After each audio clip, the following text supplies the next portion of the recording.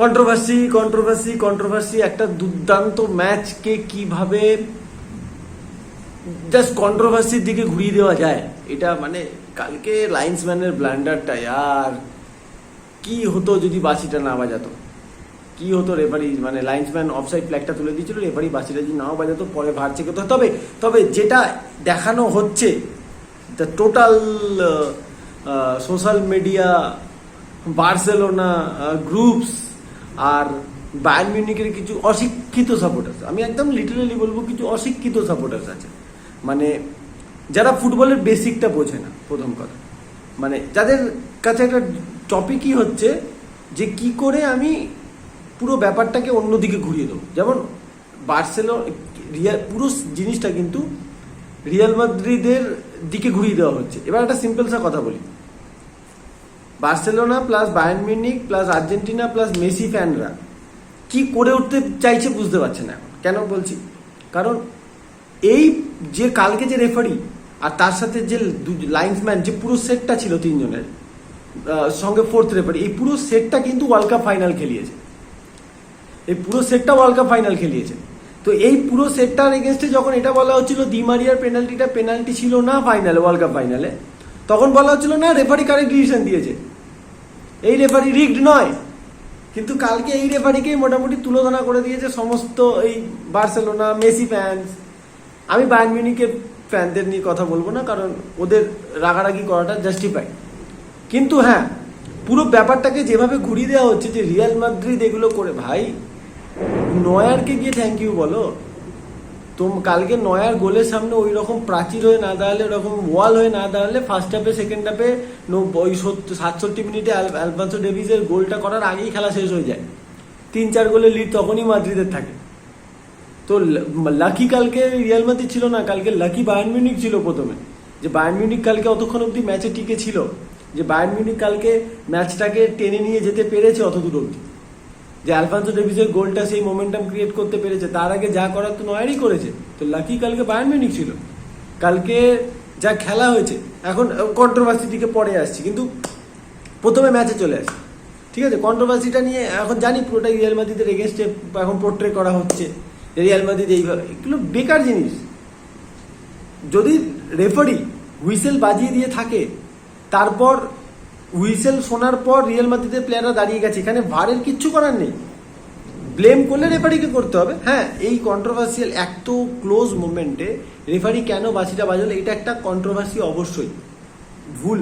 তো যদি কোথায় লেখা আছে ভাই সমস্ত ভুলের মাপ একমাত্র তখনই হতে পারে যখন আর্জেন্টাইন 10 নম্বর জার্সি পরা পেটে প্লেয়ারটা মাঠে নামবে?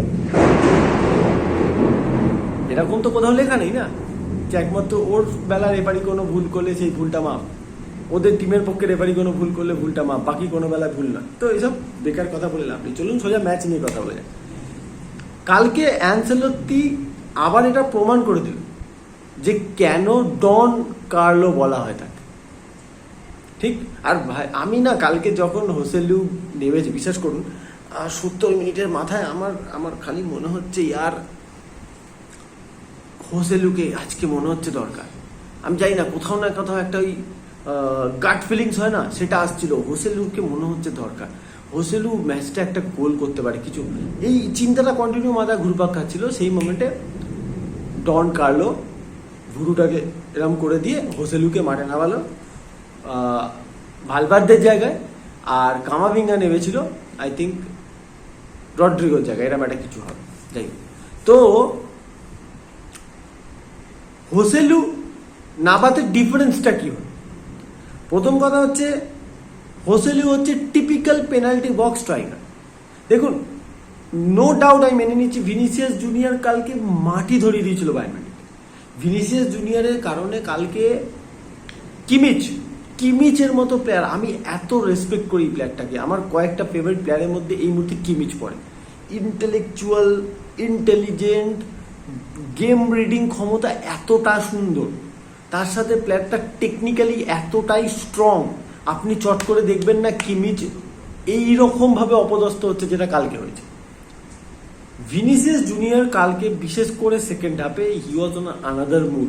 ফার্স্ট হাফে Vinicius junior proper left wing খেলছিল না, কারণ ফার্স্ট হাফে it was kind of a formation like 4-4-2, যেখানে রাইট মিডফিল্ডার ছিল কালকে ভালভার্দে, লেফট মিডফিল্ডার ছিল কালকে বেলিংহাম, কারণ সানেকে ট্র্যাক ব্যাক করা, ডিফেন্ড করা, যেটা তুলনামূলকভাবে ভিনিসিয়াস কম করে। তো ভিনিসিয়াস আর রড্রিগো কালকে খেলছিল দুটো স্ট্রাইকার, কাইন্ড অফ সেরকম চলছিল, কেউ ড্রিফট ওয়াইড, একটু স্টে সেন্ট্রাল, এইভাবে। কিন্তু সেকেন্ড হাফে কার্লো আনচেলত্তি যেটা করলো, আবার পুরোপুরি ফলস নাইনে চলে গেল। ফলস নাইন বেলিংহাম, লেফট উইংয়ে আমাদের ভিনি বাবু, আর ডান দিকে আমাদের রড্রিগো। যখনই এটা হলো, ভিনিসিয়াস আমরা সবাই জানি টেক অন করাতে, ভিনিসিয়াস বল নেয়, টেক অন করে সঙ্গে সঙ্গে। আর ভিনিসিয়াসের এগেনস্টে 1:1 তো দূরের কথা, 2:1ও খুব ডেঞ্জারাস। আর সেইখানে কিমিচ ট্যাকটিক্যালি টেকনিক্যালি অনেক স্ট্রং, বাট স্পিডে ভিনিসিয়াসের কাছে ড্রিবলিংয়ে অনেক বেশি অপশন ছিল। আর কালকে ভিনিসিয়াস সিম্পলি, আর কিমিচকে দেখে খারাপ লাগছিল, কিন্তু ভিনিসিয়াস যা করেছে কিমিচের সাথে, আর কিমিচের যে লেগাসিটা কালকে একা ভিনিসিয়াস খেয়ে নিচ্ছিল। তো যাই হোক, স্টিল রড্রিগো হালকার জন্য গোল মিস করলো। ইনক্রেডিবল 3টে সেভ করেছে কালকে নয়ার। প্রথম হাফে যেটা ভিনিসিয়াসের শটটা বারে লাগে, ওটাও কিন্তু নয়ারের টাচ ছিল, নাহলে ওটা গোল। দেন রিবাউন্ড শটটা যেটা রড্রিগো, ওটা সেভ। অ্যান্ড দেন সেকেন্ড হাফে ভিনিসিয়াসের আবার একটা ভয়ানক শট, সেটা সেভ। তো একটা দুর্দান্ত ফ্রিকিক রড্রিগো, সেটা সেভ। তো দুর্দান্ত ফর্মে ছিল নয়ার। কিন্তু নয়ারের কালকে যে ফাম্বেলটা না, সেটা দেখে আমার মনে পড়ে গেল 2002 ওয়ার্ল্ড কাপে অলিভার কানের ফাম্বেলটা। মাটি, ডিফারেন্স একটাই, ওখানে রিভাল্ডো মাটিতে গড়িয়ে মেরিয়েছিল, ফাম্বেল হয়েছিল, বল রিবাউন্ড যায়, রোনাল্ডো গোল করে। আর এখানে সারা ম্যাচে এক্সট্রা অর্ডিনারি সেভ করার পর ওই যে ফাম্বেলটা বুকে লেগে বলটা ছিটকে বেরিয়ে যাওয়া, এই জন্য বলা হয় গোলকিপারদের লাইফ ইটস ভেরি প্যাথেটিক। আপনি সারা ম্যাচে যাই করে নিন, একটা ভুলের জন্য আপনাকে সারা জীবন শুনতে হতে পারে। এটা কালকে নয়ারের সাথে হতে পারে। কালকে নয়ারের হোসেলু বাই দেবে, হোসেলু টিমে তখন ওই মুহূর্তে 70-72 মিনিটে যখন হোসেলুকে ইনক্লুড করা হলো, ওটা কেন খুব ইম্পর্টেন্ট পার্ট, আর ওটাই কেন ম্যাচের টার্নিং পয়েন্ট। কারণ দেখুন, যতই ভিনিসিয়াস টেক অন নিক, যতই রড্রিগো ইন বিহাইন্ড করুক, যতই বক্সের ভেতর থাকুক, হোসেলু হচ্ছে প্রপার নাম্বার 9, যাকে আমরা বলি প্রপার স্ট্রাইকার। ওর মধ্যে সেই স্ট্রাইকার ইনস্টিংটা আছে, যেটা আমরা ফার্স্ট গোলের ক্ষেত্রে দেখতে পেলাম, রিয়াল মাদ্রিদের ফার্স্ট গোলের ক্ষেত্রে। একটা স্ট্রাইকার বক্সের ভেতর অলওয়েজ নয়, গন্ধটা পায় সেকেন্ড বলে, কোথায় রিবাউন্ড হলো, যেটা আমি খুব ভালো মতো বলতে পারি সুযোগ সন্ধানী, যেটা বলা হয় না বাংলায়, যে সুযোগ সন্ধানী স্ট্রাইকার। আমি চিচারিটোকে দেখেছিলাম ইউনাইটেড, বক্সের ভেতর কোথায় রিবাউন্ড হয়ে একটা প্লেয়ার যখন শট নিচ্ছে, সেই স্ট্রাইকারটা, মানে যে শট নিচ্ছে আর ওই টিমের স্ট্রাইকারটা, সেটাকে দেখে অ্যাজিউম করা যে আমি কোথায় বল পেতে পারি, সেই পজিশনে নেওয়া। এটা যারা বলে না এই ট্যাপ ইনে হ্যান ত্যান, ক্রিশ্চিয়ানো রোনাল্ডো এক্স্যাক্টলি, পরবর্তী সময় ক্রিশ্চিয়ানো রোনাল্ডো কিন্তু সুযোগ সন্ধানী স্ট্রাইকারের মধ্যে পড়ে। বক্সের ভেতর গোলের গন্ধ খুঁজে পাওয়াটা, দুটো গোলের ক্ষেত্রে দেখুন সেম, যে আপনি যদি ভালো করে দেখেন আবার হাইলাইটসটা, বা যদি ওই মুভমেন্টটা দেখেন, সেকেন্ড গোলের ক্ষেত্রে রুডিগার যেভাবে পিছিয়ে এসে নিজেকে অফসাইড হওয়া থেকে বাঁচালো, ওটা এক্সিলেন্ট। আর তারপরেই সঙ্গে সঙ্গে ফার্স্টটার যে মাইনাসটা রেখেছিল, বাট দেখে মনে হচ্ছে what a easy goal, just tap in. না না না না না, হোসেলুটা জাস্ট ট্যাপ ইন ছিল না। হোসেলু যেভাবে পিছিয়ে এসে নিজের বডিকে ওখানে প্রপারলি বডি শেপটাকে এমনভাবে রেখেছে যাতে বলটা কোনোভাবে, কারণ যথেষ্ট জোরে আপনার ওই লো ক্রসটা বাড়িয়েছিল রুডিগার, আর সেটাকে ওইখান থেকে হিউজ চান্স হতে পারে না যে বলটা পায়ে লেগে ছিটকে যে কোনো দিকে চলে যেতে পারে, কিন্তু ওইখান থেকেই বলটাকে ডাইরেকশন দেওয়া is not a matter of joke. এই হোসেলু স্টোক সিটিতে না কোথায় প্রিমিয়ার লিগে ফ্লপ ছিল, 17 গোলস, আর তার মধ্যে সব থেকে লাইফের ইম্পর্টেন্ট দুটো গোল মনে হয় কালকে করে দিয়েছে হোসেলু, 3টে টাচে 2টো গোল। হ্যাঁ, দরকার। আরে আরেকটা জিনিস হচ্ছে, কার্লো অ্যানচেলত্তি আপনার ম্যানেজার যেমন হবে না, তার পুরো ছায়াটা আপনি দেখতে পাবেন আপনার টিমে। এই সিচুয়েশনে যখন মাদ্রিদ 2টো গোল করলো, কার্লো অ্যানচেলত্তির আপনি বডি ল্যাঙ্গুয়েজ দেখেছিলেন? He was showing this keep calm compose, আমি সব দেখে নিয়েছি, এবং এক্স্যাক্টলি সেম জিনিসটা মাদ্রিদ প্লেয়ারদের মধ্যে আছে। 67 মিনিটে গোল ওই জায়গায় কনসিড করলে অনেক বড় থেকে বড় টিম ওই সময় ক্রাম্বল করে যাবে, নার্ভাস হয়ে যাবে, নিজেদের খেলা ভুলে যাবে, মাদ্রিদ ভুলেনি। আমি তখনও দেখছিলাম আফটার কনসিডারিং দ্যাট গোল, যখন 82-83 minute Camavinga, Modric, Brahim Diaz এরা বল নিয়ে পাস করছিল, ব্যাক পাসে যাচ্ছিল, তারা কিন্তু নার্ভ কখনো হারায়নি। এটা থেকে বোঝা যায় যে টিমটা অ্যাকচুয়ালি মেন্টালিটি মনস্টার কাদের বলা হয়। This group is that mentality monster.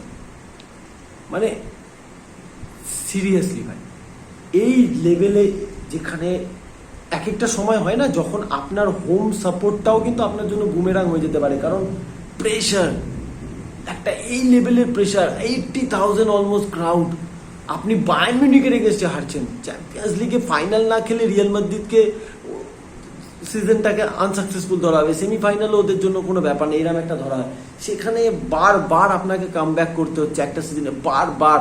আর এটা ইজি নয়, এটা লাক হতে পারে না। যারা এটা বলছেন this is not luck, this is mentality. আমরা মরবো না মরার আগের অবধি, আমরা হারবো না লাস্ট সেকেন্ড অবধিও, and that is what Real Madrid is. যাই হোক, কালকে বায়ার্ন মিউনিখ আর রিয়াল মাদ্রিদ ম্যাচটা শুরু হওয়ার আগে যেটা বলা হচ্ছিল, যে ফার্স্ট লেগের পারফরমেন্স দেখে যা বলা হচ্ছিল, যে রিয়াল মাদ্রিদ এখানে একটু কোথাও না কোথাও বায়ার্ন মিউনিখকে সবাই এগিয়ে রাখছিল ফার্স্ট লেগের পারফরমেন্স দেখে। বাট সেকেন্ড লেগে শুরু থেকে প্রথমের 5-10 মিনিট বাদ দিলে রিয়াল মাদ্রিদ কাল যেভাবে খেলাটাকে কন্ট্রোল করেছে, যেভাবে কালকে ইনঅ্যাক্টিভ করে দিয়েছিল, বিশেষ করে ফার্স্ট হাফে মুসিয়ালা, হ্যারি কেন একটা দুর্দান্ত শট নিয়েছিল, আমি জানি ওটা অসম্ভব ভালো অন দ্য বলই লুনিন বাঁচিয়েছিল যেটা, বাট সানেকে মেন্ডি পকেট করে রেখেছিল, একটা থ্রু বল বাদ দেওয়া ছাড়া। মুসিয়ালা তো ফার্স্ট হাফে মুসিয়ালাকে আমি দেখতে পাচ্ছিলাম না, তবে হ্যাঁ আমার যেটা মনে হলো কোথাও না কোথাও একটু টুচেল কমপ্লিকেটেড করে ফেলেছিল কালকে প্রথম থেকে ডেভিসকে না নেবে, যদিও ডেভিস টুচেলের আন্ডারে সেইভাবে নামছে না, মার্জারোই প্রথম থেকে খেলছে, কিন্তু ডেভিস কালকে যাই হোক ন্যাবরির জায়গায় নেবে। আর আরেকটা ব্যাপার যেটা দেখলাম আমি কালকে, গরেস্কাকে না নামানো, এটা একটা বড় ব্রেভ ডিসিশন, গরেস্কাকে না নামানো। সেখানে যে বাচ্চা প্লেয়ারটার নামটা ভুলে গেছি আমি, বল কন্ট্রোলে রাখার জন্য। বাট রিয়াল মাদ্রিদ ক্রুজ যেভাবে মিডফিল্ডকে ডমিনেট করা, এই একটা প্লেয়ার বল নেওয়া, ডিস্ট্রিবিউট করা, একটা বডি ফেন্টে একটা ডিফেন্ডারকে সরিয়ে দেওয়া, seriously he is such a class. ক্রুজের এখনো 2-3 বছরের ফুটবল বাকি। সেকেন্ড হাফে ক্রুজ বসে যখন মডরিচ এলো, আর আপনি যদি ক্রুজ বসে আপনার কাছে মডরিচ নামছে, হতে পারে মডরিচের বয়স 37-38, ও সব ম্যাটারই করে না, কালকে মডরিচের খেলা দেখেছেন সেকেন্ড হাফ, এইরকম যদি, দিস ইজ কল্ড লিডার্স, এটা হচ্ছে লিডার্স, যারা টিমের দরকারে নিজেদেরকে এইভাবে এগিয়ে দেবে। জুনিয়র্সরা এদের থেকে শিখছে, ওকে হ্যাঁ এত চাপ কোনো ব্যাপার না, মডরিচ আছে, ক্রুজ আছে, আর এদের থেকে শিখে Camavinga what a ball control, কি প্লেয়ার, বেলিংহাম, এদের থেকে যদি শেখে, ক্রুজ, মডরিচ এদের থেকে যদি শেখে, তাহলে আপনি কি এক্সপেক্ট করবেন? অবভিয়াসলি আপনি এক্সপেক্ট করবেন না যে ক্রাঞ্চ মোমেন্টে মেন্টালিটিস মনস্টার্স তো এরা তৈরি হচ্ছে, ট্রেনিংয়ে সারাক্ষণ ক্রুজ মডরিচের সঙ্গে থাকলে কি তৈরি হবে? এরাই তৈরি হবে না। সো এইসব বেকার কথাবার্তা বলে লাভ, রিয়াল মাদ্রিদ অনলি লাক হ্যান ত্যান সব। কালকে ট্যাকটিক্যালি আমাদের ডন কার্লো, আমাদের অ্যানসেলোত্তি কাকু না দাদু দেখিয়ে দিয়েছে কালকে থমাস টুচেলকে, যে তুমি ফার্স্ট লেগে আমাকে হয়তো ট্যাকটিক্যালি আউটপ্লে করে দিয়েছিলে, বাট এটা সান্টিয়াগো বার্নাবিউ, এখানে আমার রাজত্ব চলে বস। আর কালকে সেটা দেখিয়ে দেওয়া হয়েছে যে এটা আমার রাজত্বের জায়গা। থমাস টুচেলকে কালকে ট্যাকটিক্যালি টোটালি মানে ফার্স্ট হাফে বেলিংহামকে লেফটে করে দেওয়াটা, যাতে সানেকে ইনঅ্যাক্টিভ করে দেওয়া যায়, কারণ বেলিংহাম ডিফেন্স করতে পারে চেহারা। সেম সেকেন্ড হাফে আবার যখন সুইচ করলো ভিনিসিয়াস, যে না এবার উইল গো ফ্রন্ট ফুট, হ্যাঁ আলফান্সো ডেভিসের গোলটা হয়ে গেছিল ঠিক কথা, বাট আদারওয়াইজ ট্যাকটিক্যালি সব কিছু কালকে মাদ্রিদ ঠিক করে দিয়েছে। কালকে কিন্তু দেখে মাদ্রিদকে একবারে মনে হয়নি যে মাদ্রিদ অলরেডি ডিফেন্স করছে, হ্যাঁ ট্যাকটিক্যালি তারা সব, Madrid is a kind of team, আপনারা খুব ভালো মতো জানেন, যাদের কাছে আপনি ওই মানে টিপিক্যাল এই ধরনের গোল হবে না, বিভিন্নভাবে গোল হতে পারে, and that is what their X factor, যে এই টিমটার কাছ থেকে আপনি বুঝতে পারবেন না যে অ্যাকচুয়ালি কোন সিস্টেমে এরা খেলছে, low block, middle block, high press, they can play every kind of football, counter attack, positional football সব খেলতে পারে, অ্যান্ড দ্যাট ইজ ওয়াই দে আর রিয়াল মাদ্রিদ, হালা মাদ্রিদ। যাই হোক, Champions League final will be Real Madrid versus Borussia Dortmund, ওটা নিয়ে পরে কথা হবে। বাট কালকে ম্যাচ, এই ধরনের ম্যাচ দেখার জন্য রাত জাগি আমরা, এই ধরনের ম্যাচ দেখার জন্যই তো রাত জাগি আমরা। এখন অব্দি ঘোর কাটেনি, 3বার দেখে ফেলেছি হাইলাইটসটা। যাই হোক, তো এটুকুই আজকের মতো। Bayern Munich fans, you guys deserve better, আমার মনে হয় না। কারণ এই সিজনটা তেমন কিছু আহামরি সিজন বায়ার্ন মিউনিখের জন্য ছিল না। বায়ার্ন মিউনিখ এই সিজনের পারফরমেন্স অনুযায়ী কখনোই ফেভারিট ছিল না। কালকের ম্যাচে নয়ের কারণে বেঁচেছিল, আবার রিপিট করছি কথাটা। তো এখন ওই কন্ট্রোভার্সি নিয়ে বেকার ফেসবুকে গন্ধ ছড়িয়ে হেগে দিয়ে চারদিক দূষিত করে কোনো লাভ নেই, ঠিক আছে? ওটা রেফারির একটা মিস্টেক সব ম্যাচে হয়। এবারে লা লিগাতে সেম মিস্টেক মাদ্রিদের সাথেও হয়েছে। সো সব নিয়ে অত চাপ নিয়ে লাভ নেই। রিয়াল মাদ্রিদ ফাইনাল খেলবে, বরুসিয়া ডর্টমুন্ড কি রিউজ, এখন তো বার্সেলোনা সাপোর্টার্স বাদ বাকি যারা সাপোর্টার্স আছে যারা রিয়াল মাদ্রিদ এগেনস্টে, তারা এখন গিয়ে আপনারা তাড়াতাড়ি যান, বরুসিয়া ডর্টমুন্ডের হলুদ জার্সি কিনুন। বরুসিয়া ডর্টমুন্ড যদি চ্যাম্পিয়ন হয়, কংগ্রাচুলেশনস ইন অ্যাডভান্স। কিন্তু যদি মাদ্রিদ চ্যাম্পিয়ন হয়, তাহলে আপনাদের আবার বার্নল কিনতে হবে। That's all, bye guys.